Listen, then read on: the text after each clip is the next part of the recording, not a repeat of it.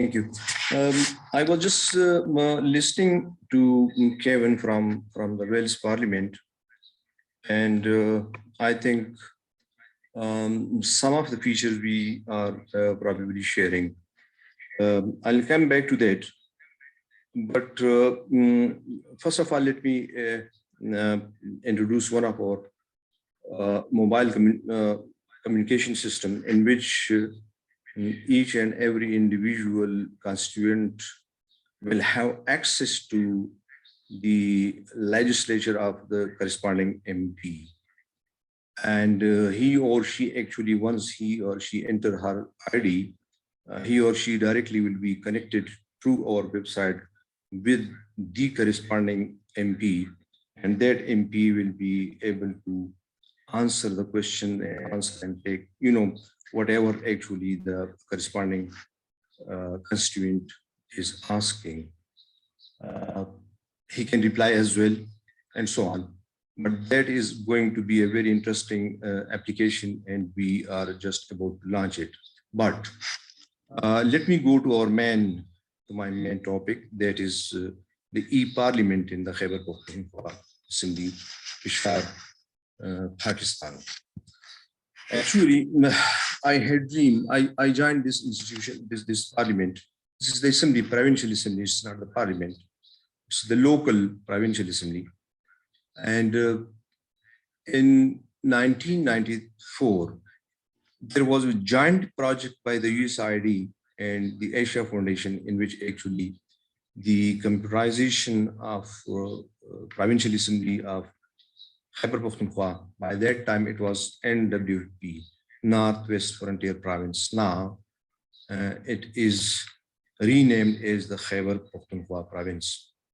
It is bordering with Afghanistan, and we are living a very special part of the world, really of interest to most of the developed countries. And for some reason, I wouldn't go into those details for which we people are suffering. Anyhow, it was then when I thought that we should be able, the IT people should be able to provide support to Mr. Speaker, because we were and are following the maize parliamentary practices, and then we also get support from the Lok Sabha from India, because we are sharing, all the rules of business, which are based on the maize parliamentary practice of UK. I tried to scan the maize parliamentary practices, and you got soft copies of other provincial assembly rules of business, the Constitution of Pakistan, and all those, and put a computer and myself just by the speaker inside the main chamber, and used to keep a slave screen in front of Mr. Speaker, and then actually displayed large screen and used the projector. So if there is any discussion going on, and if Mr. Speaker wants to make a ruling or anything referring to the rule or rules of or the Constitution, not only Mr. Speaker would see that, but all of the members will be able to see that particular comment or rule or article of the Constitution. Time passed by, and it was in 2006 when our new parliament, new building actually was constructed, which was inaugurated in 2008. In 2009, I wrote an article which was published in the CPA Parliamentarian, and in which I gave an idea that there is every possibility that we can put computers, desktop computers, into the main chamber, put in front of each parliamentarian, whereas all the agenda containing everything which relates to business for the day should be available over there. There were a lot of questions, if and buts, and most of my colleagues and many people, they said, Mr. Khan, you are taking risk, and even your job will be at risk, because it is going to cause quite some money and time, and you have to disturb the whole chamber by putting the computers. And there is a norm that no two speakers should come in front of each other. No speaking MP should be, debarred from seeing the speaker, the actual speaker, or the president of the house. So there were a lot of things. Then we were having actually the moving chairs, which could move left or right or back and forward. So there were a lot of calculation, and I personally, along with my technical team, we went to measure that if a member tried to move within the chair, how should we keep this screen away from the member by not touching the front seat or the back seat, and all that. We were also aware that we are not going to disturb the setup of the assembly inside. So we tried to select the color of the computers. We tried to choose the touch screen computer without any mouse. All the cables, actually the power cable, they came through conduits for which the sound system was already used. So no keyboard was used, nothing was used. It was a simple idea to use the Android system. But then it was very hard actually to make the application for that, because like every parliament, particularly I'm talking about the Commonwealth countries, we have a set up agenda in which we start initially from introduction. We recite from the Holy Quran, like many others. They recite from their own verses from their own holy books, and then it goes on to the question session. After the question, you may have the chief minister or whatever, then followed by the call attentions, motions, the adjournment motions, the legislation, and all that. And there were huge questions that how we are going to make it. I had an idea, and I told them that I drew it on a page, and I asked them that this is the question icon, this is going to be the adjournment motion icon, this is going to be the bill icon, this is going to be announcement, this is going to be, blah, blah, everything which actually we take on the agenda for the day. And if we click on the question module, it opens and give you question number wise, 1, 2, 3, 4, 5, 6, and then the department, whatever the department for the day was chosen. If you click on, for example, the bill one by one, the main body of the bill will open. Then if it is, the second or the third, for example, reading, then the amendments with or without amendments, every bill within the original form will be available on the screen of the computer. And because it is just the touch screen computer, and because we do not use mouse and other gadget for that, so therefore a member can just simply enlarge and roll on the screen what is available on the screen, instead of going through a lot of papers. Like in Pakistan, we having, fortunately or unfortunately, before the system, we used to have answers for questions, and they used to cost a lot. I have seen answers to the questions. They were like 1,000 pages, because a member may ask about the employees of, for example, health sector, and their number, their portfolio, and their employment year, and blah blah blah blah blah. And it used to be a huge, cumbersome job. And the department was in trouble. Our own secretariat within the assembly, within the parliament, we were in trouble. A lot of photocopies. The same holds good for the bills. Many copy votes come to us, and we will get photocopies, distribute with the members, and all that. So everything actually from a member when it comes initially, whether that is the bill, the private or the government bill, or any motion, any question, anything. First of all, it comes to our notice office. The notice office actually format it, put it into the computer. It from the notice office, it moves on from officer to officer category wise, whether that is the PSC item, that is the legislation item, that is the question item. It goes to the corresponding office, and unless it reaches the clerk of the assembly. After the clerk of the assembly, it moves up is always towards Mr. Speaker, and he either accept it or he actually send it back for any alteration, or he just reject it. Once actually that procedure completes, it becomes, for example, a agenda for the next day. Now, when the next day actually, when the member come in and when they log on to their computer system, they see 3 or 4 items. Number one, rather they see initially 4 items. Number one, a folder which say is 1-pager agenda. On the 1 page, it will just see all the items from 1 to 10 or 20, something like that.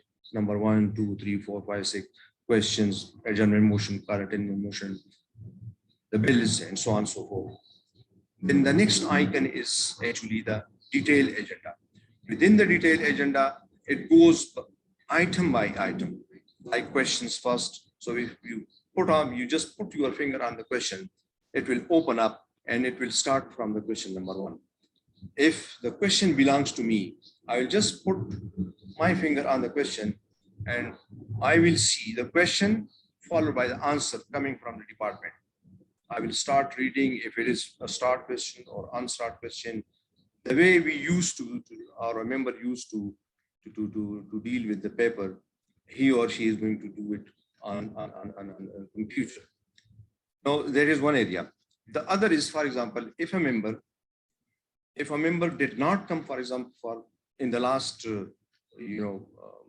session, and now he is here and he wants to go back and he has put another question or another motion about the same, and he wants to do what has happened on that day when I was absent, he can just go back on his system, select the day and the session and the setting, and he can see whatever had gone to that question, what happened to that, has somebody put some question, or has it been referred to the corresponding committee, or what was the fate, and then based on that he can continue on that particular day on which he or she is sitting over there.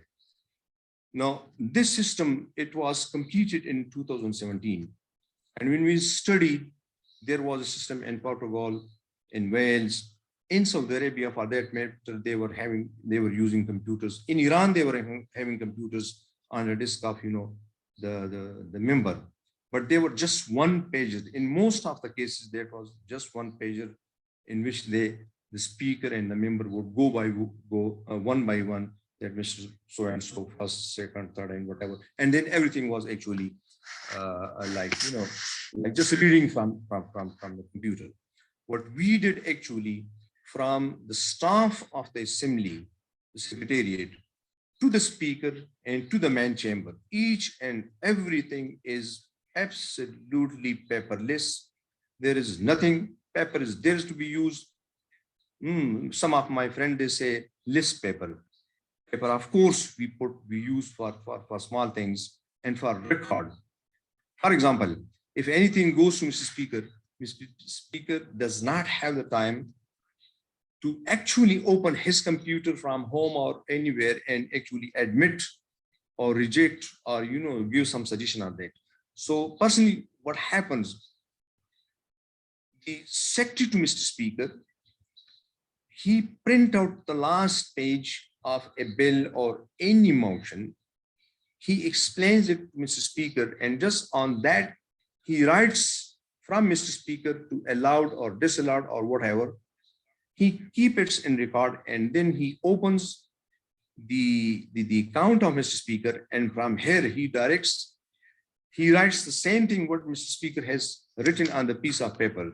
and then he actually send it back to the clerk of the assembly, and if it is to be made as part of the agenda, whatever is going to be, it's finished. It goes back to the system and it becomes part of the system. Now, for the future, we still have problems. Number one, when the pandemic came, before pandemic, it was fine. During the pandemic, we had a chance to have the virtual session. Unfortunately, some of the members in media and here and there, they said that the constitution does not allow for the virtual session. And we heard in America and here and there, even in England, in the Houses of Commons, I think they tried 1 or 2 sessions, but somehow they did not carry on with that. And our members in my part of the world, they refer to all those and they say they started, the other people started, but they stopped it. And our constitution does not allow that. It says that you have to be present inside the house. We actually created a mock exercise. In that mock exercise, Mr. Speaker was in the house. Some of the members sat inside the house, and the rest, we asked them telephonically to be available at different cities, like 200 kilometers away from Peshawar. And they actually connected, and we conducted a very successful mock exercise. And believe me, that mock exercise was probably the first in the world of this kind. How? Number one, we were having this e-parliament already working inside the Assembly Secretariat. And then we used the Zoom. With the Zoom, all of them got connected. And on the agenda for the day, whoever question or bill or amendment was supposed to be presented by the member, that page would be open and shown to the member sitting 200 away from the house. And through the Zoom, he will communicate and reading from his screen what is available on the computer and for the day for that particular day of the agenda.